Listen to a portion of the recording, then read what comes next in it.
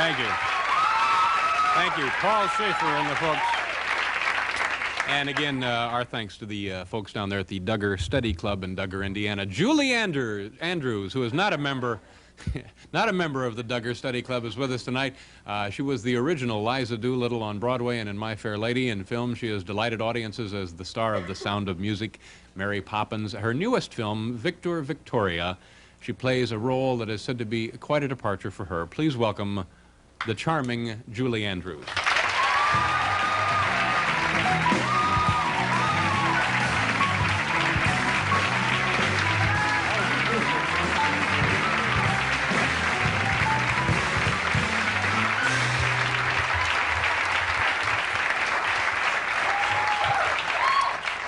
Very nice of you to be here. I actually mispronounced your name because, quite frankly, I'm a little nervous seated next to you. That makes two of us. You're not nervous, are you? A little bit, yeah. About what? Just problems at home or something good?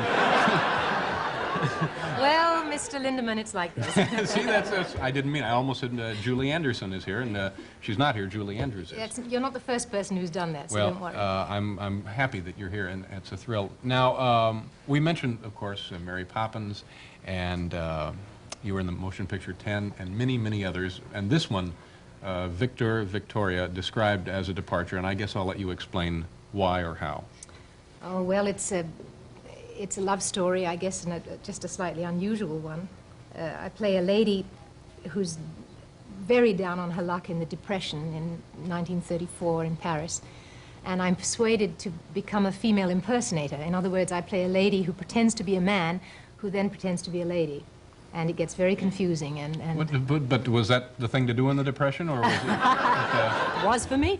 Yeah, but I mean that's unusual. I understand how a man could be persuaded to be a female impersonator, but well, I'm so down on my luck, and Robert Preston is so down on his. We're both out of a job. We haven't eaten in like 4 or 5 days, and it's kind of a desperation move there. Yeah. But it's not a happy movie, or oh, it's a wonderful movie. It's funny and it's warm and endearing, and obviously it becomes very successful, and Victoria becomes the toast of Paris. Now, I'm told by way of clarification that perhaps we should look at the film from the motion picture that you brought with us. Aha, or you brought with you. Well, I think the piece you're about to see is early in the film. Robert Preston, who works in a nightclub, gets in a terrible fight and absolutely wrecks the joint. And later in the film, which is what you're about to see, he takes me and James Garner back there. I'm now very successful and very big in Paris, and everything seems to be all right until, in fact, a brawl breaks out again. Okay, nastiness occurs. Yes. This is Victor Victoria, and you can watch the monitors here in the studio.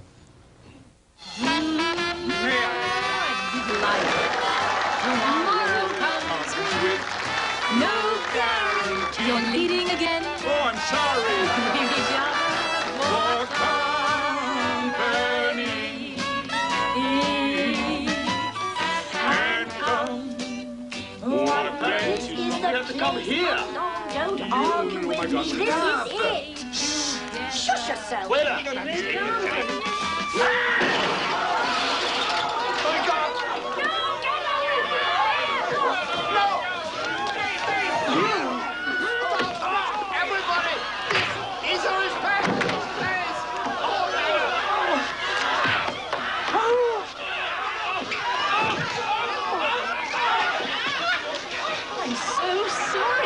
So am I.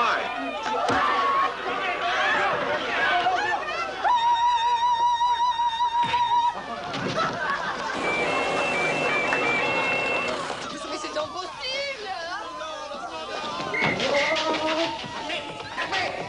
Ne bouge pas, restez là!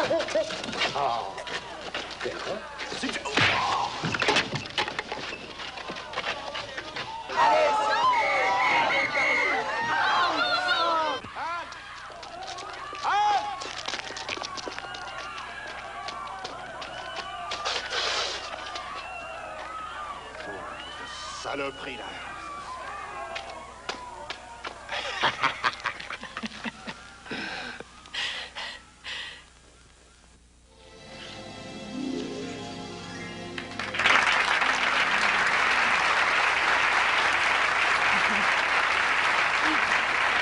Cut out the wonderful line of dialogue.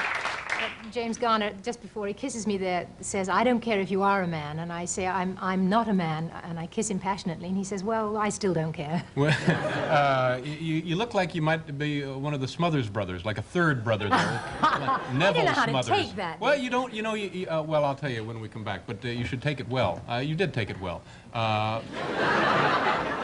We're going to pause and come back.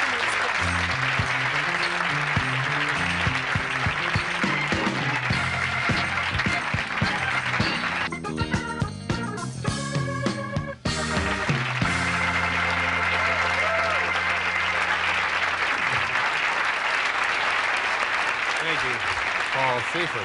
Very nice, aren't they? They're great, yeah. You're welcome. In fact, tell them what you said.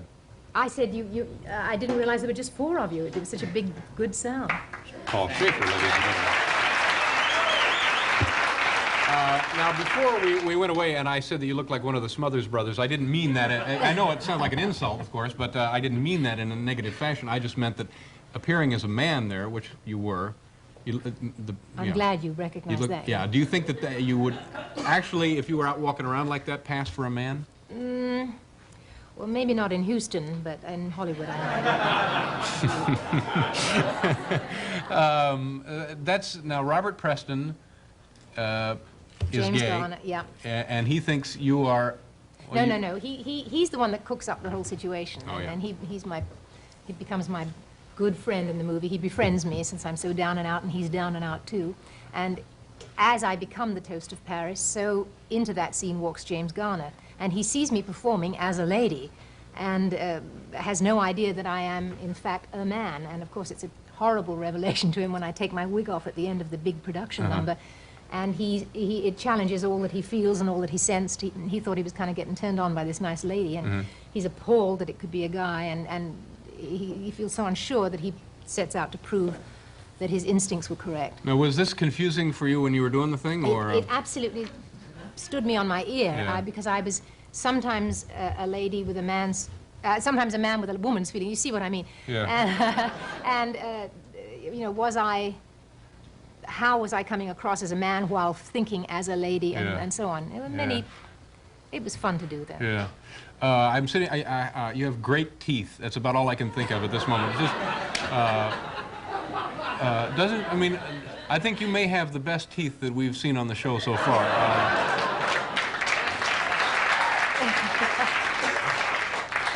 Not sure exactly what I meant by that, but it was just an observation. Well, I'm like one of the Smothers Brothers, and I have great teeth. No. I'm doing fine so far. You're going to get steamed here in a moment, and there'll be bloodshed.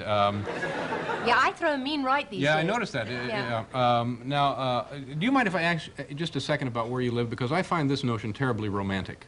You live part of the time? I live in Switzerland. Yeah. Most of the time. In what community there? In the canton of Bern, which is, I live just about 2 hours outside of Geneva. Uh-huh. And what kind of, I have no notion of what that must be like. What kind of a community is that? Well, out of season, it's just an ordinary village with duckies and piggies and horses and all those kind of country things. Just like New York. Yes. Yeah. And, but in season, it's a fabulous ski resort. Yeah. But since it's just home to us, it's heaven. It's beautiful in the summer and ravishingly lovely in the winter. It sounds amazing. We have to interrupt here. Again? Yes, I know. There's nothing we can do about it, but we'll be back.